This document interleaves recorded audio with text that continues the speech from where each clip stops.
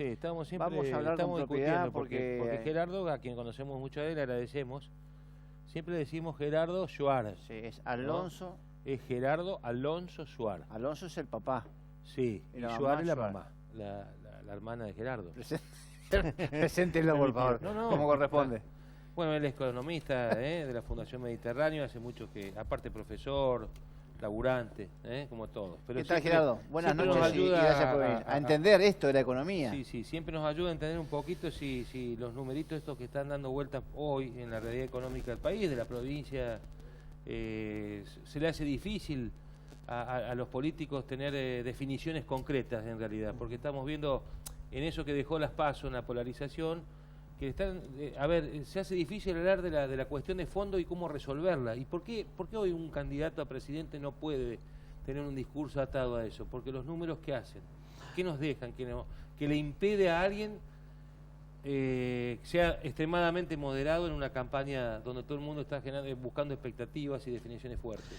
Lo que pasa es que en realidad me parece que hay varias cuestiones. En primer lugar, el hecho de que el problema de la economía argentina o los problemas principales de la economía argentina no se pueden resumir solamente en un punto y no se pueden resumir ni siquiera en un solo periodo, ya que en realidad desde el 2011 que la economía argentina no crece.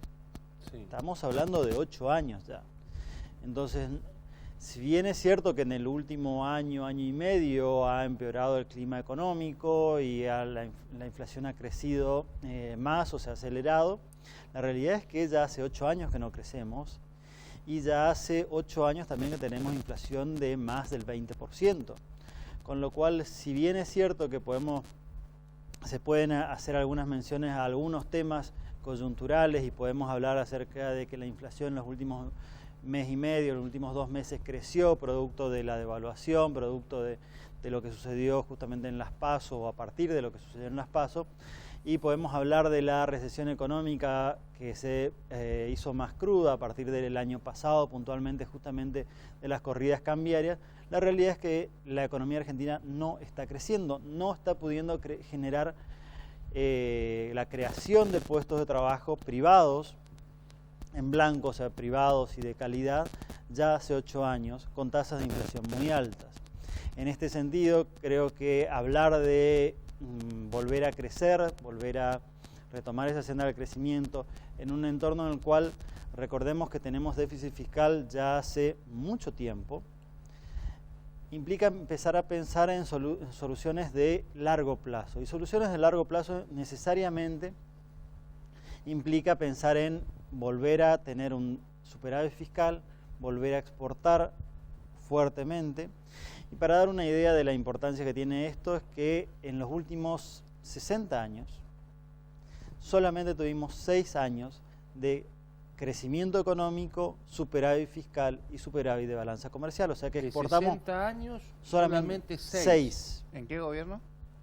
En varios gobiernos, puntualmente varios de estos años estuvieron posterior a la devaluación después de la convertibilidad, o sea, a partir del 2003. Salida de la convertibilidad.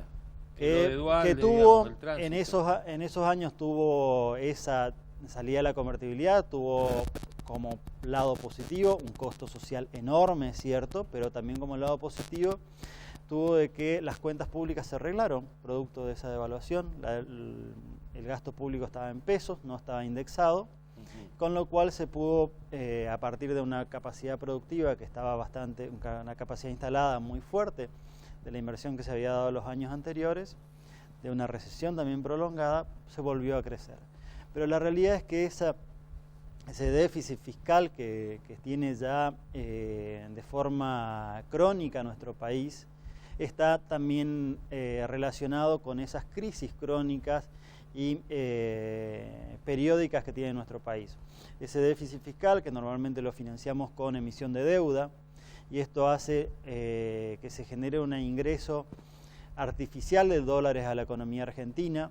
Esto hace que en términos relativos con otros países seamos muy caros porque es muy barato el dólar para la competitividad que tiene la economía argentina, hace que periódicamente entremos en crisis y volvamos a necesitar una nueva devaluación para volver a crecer.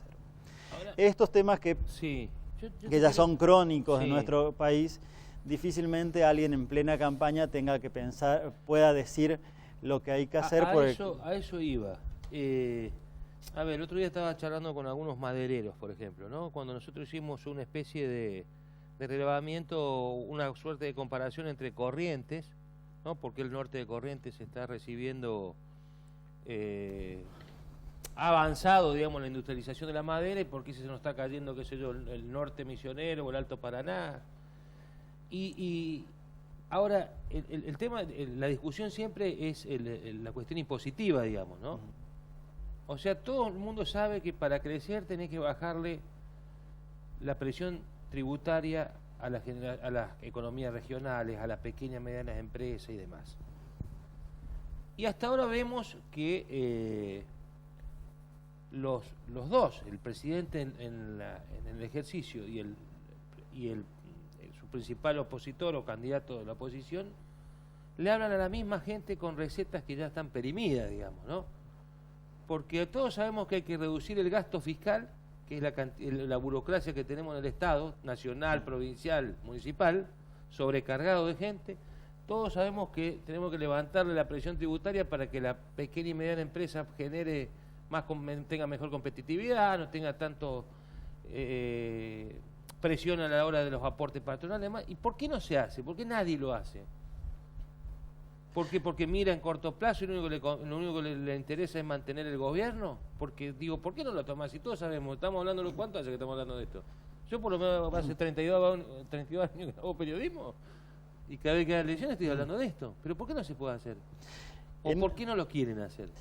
En este gobierno nacional claramente hubo una reorientación del gasto público, y eso hizo con esto, justamente con el acuerdo con el Fondo Monetario Internacional del año pasado y demás, se había comenzado a reducir el déficit. No se eliminó el déficit, pero se había comenzado a reducir.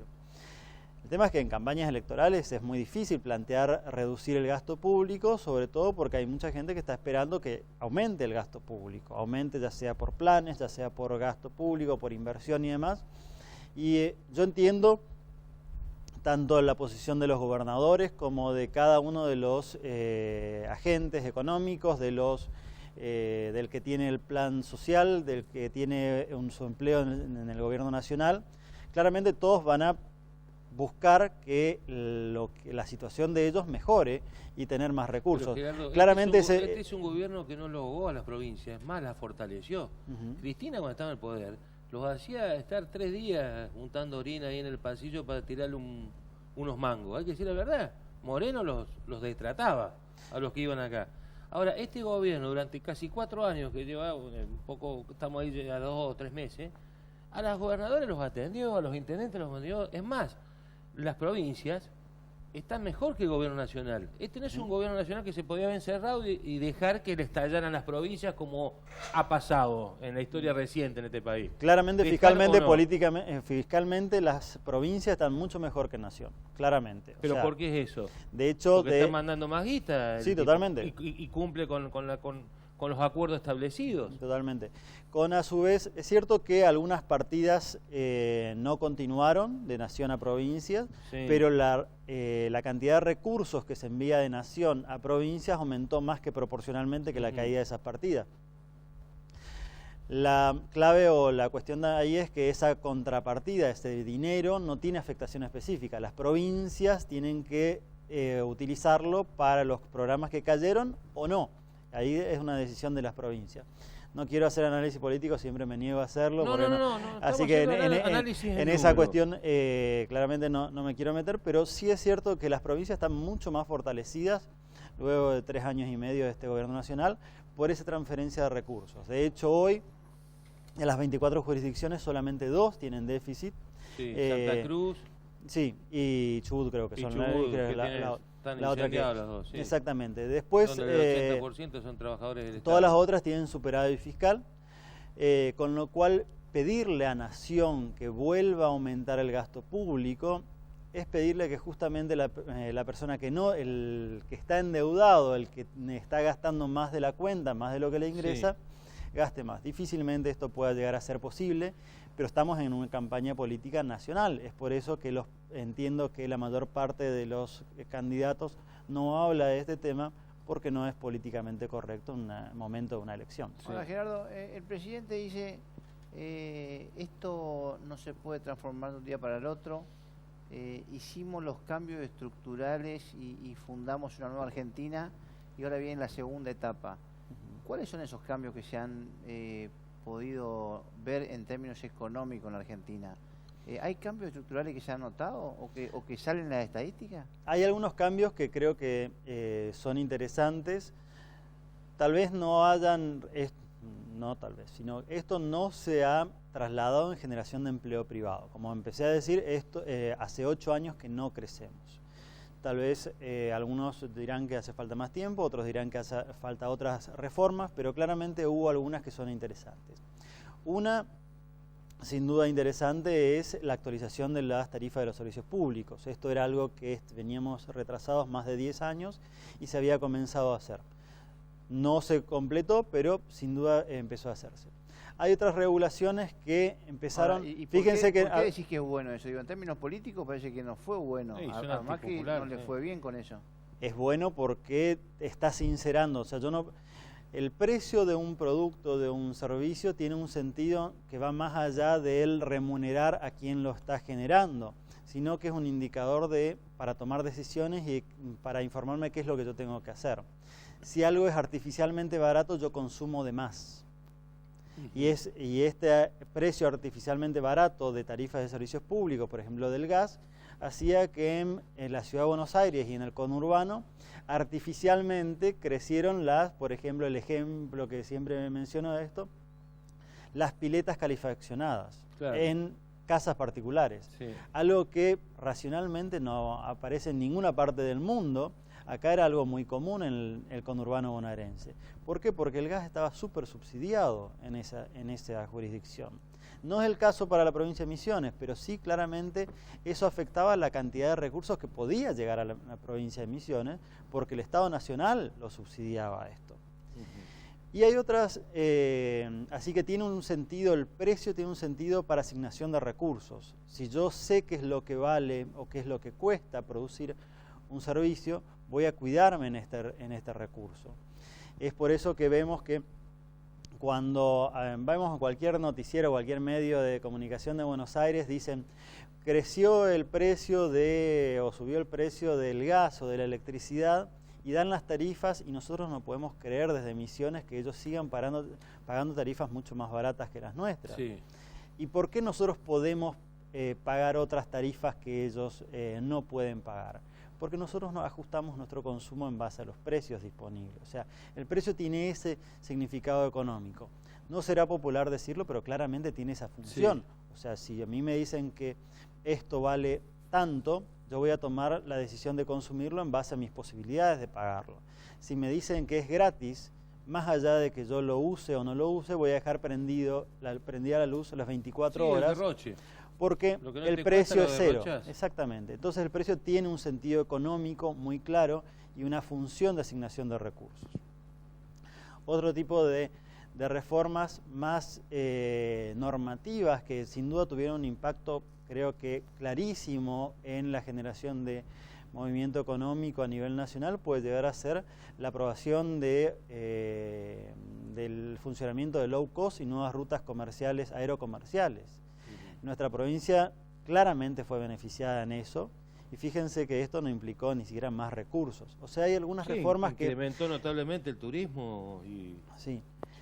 ¿No será suficiente? Claramente no fue suficiente, porque los indicadores de empleo no han reaccionado no han reaccionado en los últimos años y no han reaccionado tan fuertemente como nos gustaría. Ahí empieza la discusión acerca de si es necesario más reformas, si es más tiempo o más reformas o algunas otras actividades, algunas otras acciones de decisión de políticas públicas que no se han tomado. Bueno, ahí ya dejo al criterio de cada uno, porque empezamos a... ¿Y el esquema tributario, por qué crees que el gobierno se demoró en tomar decisiones de fondo?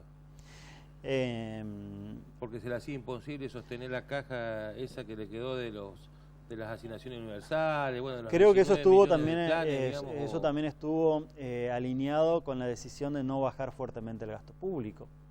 Porque se le achicó un poquito la brecha de las retenciones del campo, ¿no? Sí. Se le bajó. Totalmente. Las retenciones al agro, al campo. Recordemos que primero Sí. se eliminaron, después volvieron, Sí. parcialmente, pero volvieron. Sí. ¿Y por No qué todas crees las que no exportaciones. pudo hacer una reforma de fondo el gobierno de Macri con el esquema tributario? ¿Ayuda Ahí- eso? ahí ¿Hubiera em- ayudado? Ahí empezamos, En la creo especulación, que sí. empezamos una especulación de qué es lo que hubiese pasado en escenarios políticos. No, ya. pero lo digo y por la el viabilidad escenario que tenemos. No, y ahí tenemos que hacer también una análisis de vuelta político acerca de la viabilidad de reducir el gasto. Y en esto, más allá de cuestiones concretas, me parece interesante pensar de que si charlamos con cualquier persona, y esto lo suelo mencionar, con cualquier persona que ustedes se crucen por la calle y le preguntan qué es lo que debería hacer el Estado, le va Sí. a dar una brillante idea de en qué es lo que tiene que gastar más el Estado.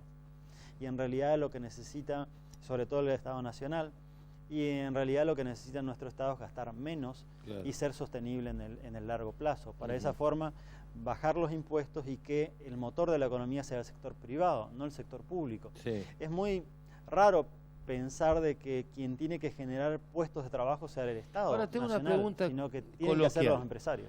Una discusión que tengo en mi familia. ¿Quién deja más dinero, el consumo de... A ver, porque yo estaba analizando los números del otro día del municipio de Posada, por ejemplo. El 70% de las tasas que cobra el municipio vienen del comercio, ¿cierto? Y si ve la torta después, los contribuyentes, los que aportan, los dineros que entran a las arcas municipales, el 80% viene del consumo de los contribuyentes. Sí, ¿Se entiende? sí, sí. Por eso de la discusión, yo nunca termino de entender cuando dicen, che, hay que aumentar el consumo. El consumo es ir al supermercado, a la tienda, a tomar un refrigerio, bares, pubs, cines. Digo, el consumo es todo. En esto, ¿Deja más eso que la industrialización de la economía? De la economía, digo, ¿deja más eso que la industria de la hierba, que el aserradero de la madera, que... Porque eso es lo que yo no termino de discutir. No termino de comprender, perdón. Muy interesante la pregunta y voy a tratar de ser breve Sí, en porque te explicar- damos 3 minutos para que la conteste. para explicarlo.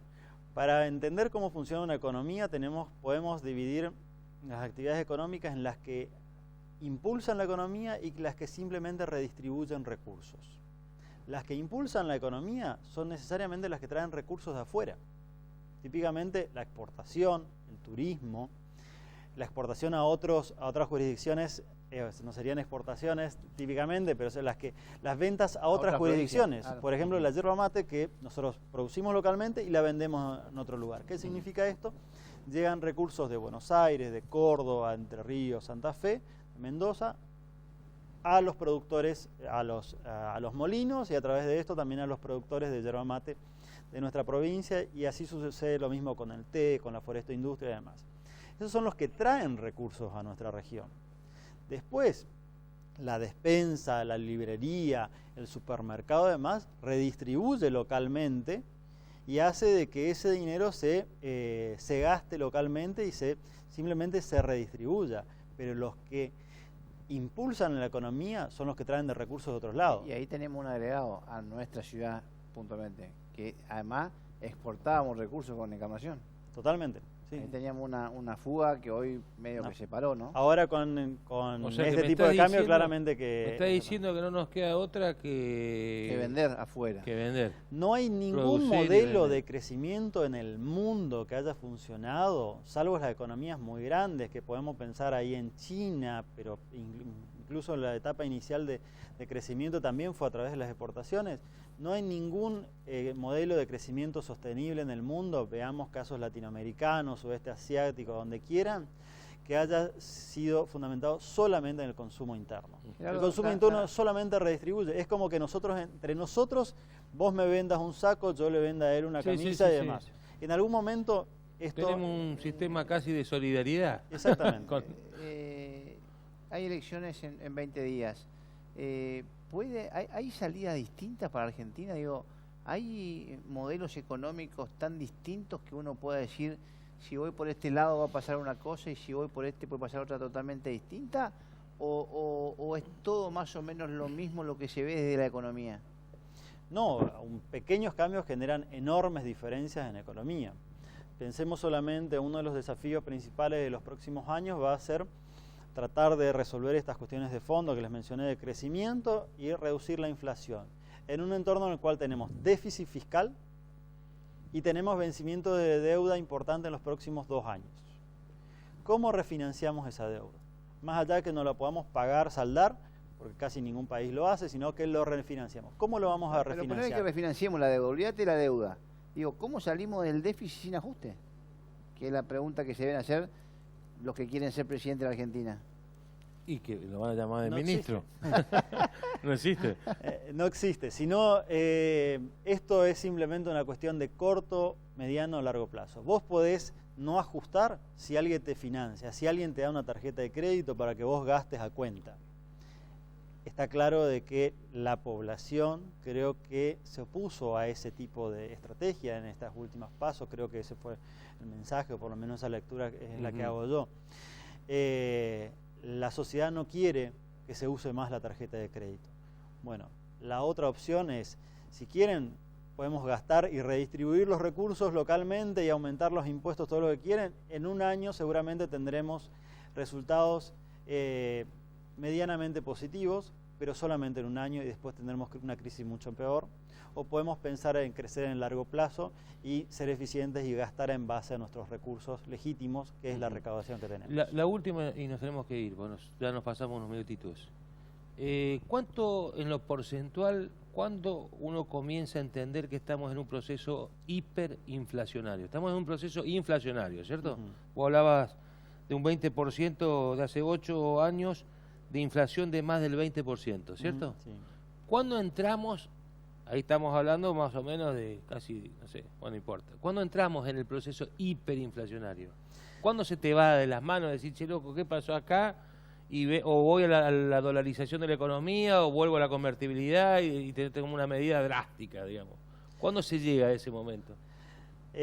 Si vamos a ver el indicador de porcentaje de inflación, si superamos el 100% ya es muy difícil manejarlo, eso ya es prácticamente imposible. Ahora estamos en el 57 aproximadamente, estamos peligrosamente cerca, todavía tenemos una brecha por delante, pero estamos mucho más cerca que lo que estábamos hace un par de años. ¿Por qué? Sobre todo en este sentido, ¿cuál es el problema que está asociado a esto? Cuando tenemos tasas de interés tan altas, cuando tenemos necesidades de financiamiento tan altas como tenemos en los próximos años, y estamos en recesión, o sea, no hay demanda de dinero. Técnicamente, si vamos al área monetaria, no hay demanda de dinero o hay muy poca demanda de dinero. Entonces, un tipo de salida que implique darle a la maquinita, inyectar dinero para estimular la economía, la gente no quiere pesos. Entonces, por más de que estos se trasladen a planes sociales, estos planes sociales van a terminar consumiéndose en comercios. Y seguramente los empresarios no van a querer guardarse este dinero por la inflación que hay. Entonces, estamos en un momento en el cual el poder de acción del Banco Central a través de la emisión monetaria es limitado, justamente por esta muy baja demanda de dinero que hay.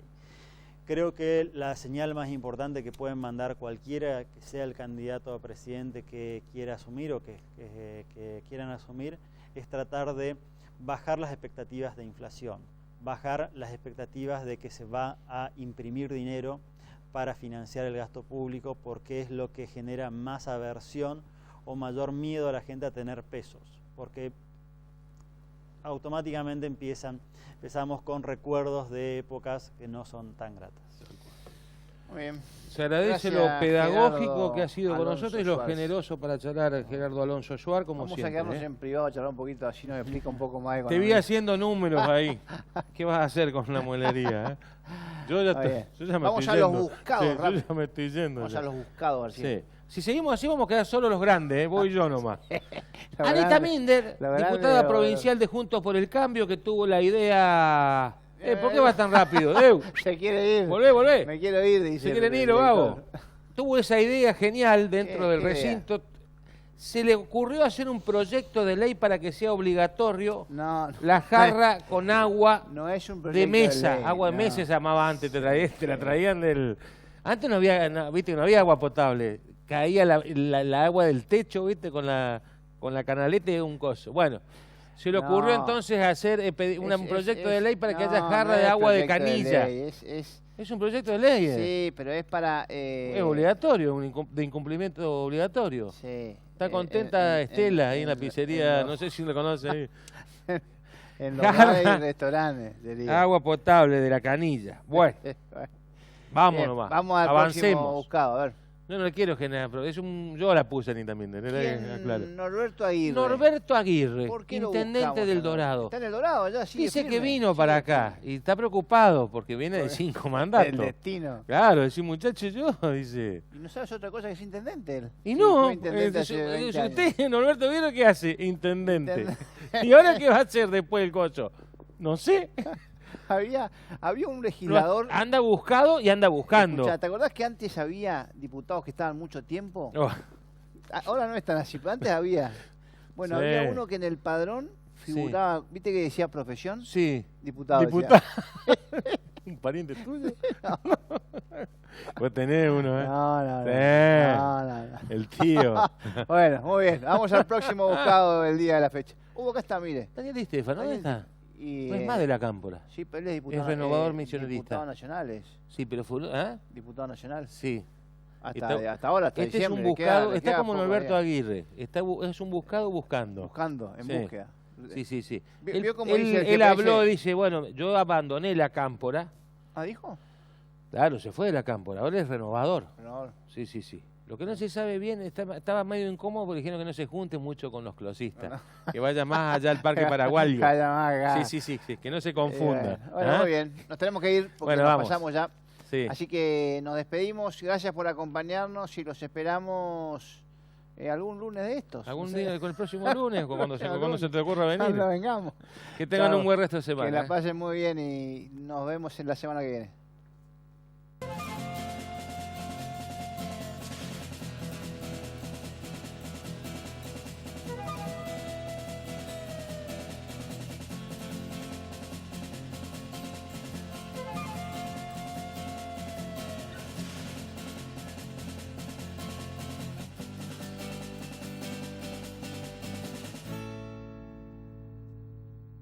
Conectados con cada punto de la provincia. Transmite Misiones 4, Canal 8, Comunicación Libre SRL, desde sus estudios en General Ramírez 4836.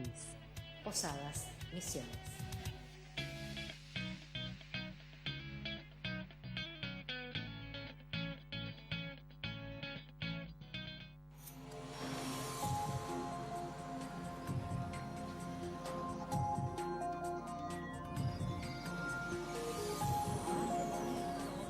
Bienvenidos a Global 3000.